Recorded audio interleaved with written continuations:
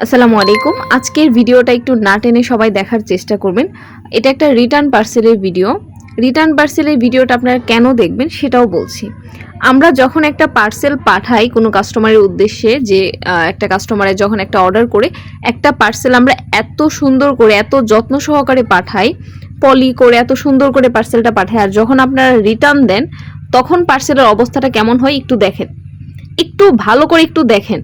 এখন থেকে আমরা সিদ্ধান্ত নিছি যে যেই পার্সেল রিটার্ন করবে তার নাম্বার, নাম, ঠিকানা সব কিছু দিয়ে হচ্ছে আমরা এখানে পোস্ট করব। কেন করব সেটা পুরো ভিডিও দেখলেই বুঝতে পারবেন।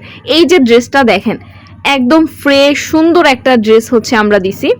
এই ড্রেসগুলার এইরকম একটা বাজে অবস্থা হয়েছে কেন হয়েছে? আপনাদের কারণেই তো হয়েছে, আপনার কারণেই তো হয়েছে।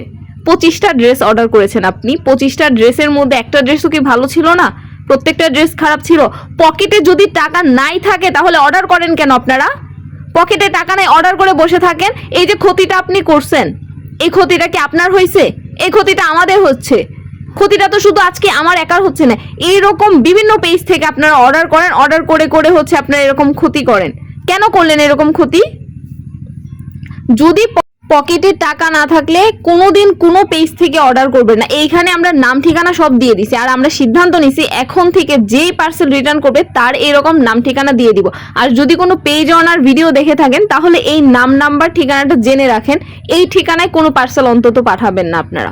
25টা ড্রেস পাঠাইছি এখানে, উনি একটা ড্রেসও রাখেন না। রিটার্ন করার তো একটা আছে, রিজন আছে, কোনো রিজন ছাড়া রিটার্ন করছেন আপনি, তারপর আবার একটা ড্রেস এখন যে আমরা বিক্রি করব ওই রকম অবস্থায় রাখেন নাই। প্রত্যেকটা ড্রেস এইরকম বাজেভাবে নষ্ট করে দিয়েছেন, প্রত্যেকটা কাপড় নষ্ট হয়ে গেছে।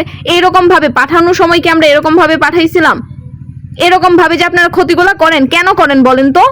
আপনাদেরকে মানুষ আসলে এই যে কিছু কিছু পেজে এসে আপনাদের গালি দেয় না, আপনাদের ব্যবহারের জন্য আপনারা আসলে গালি খান।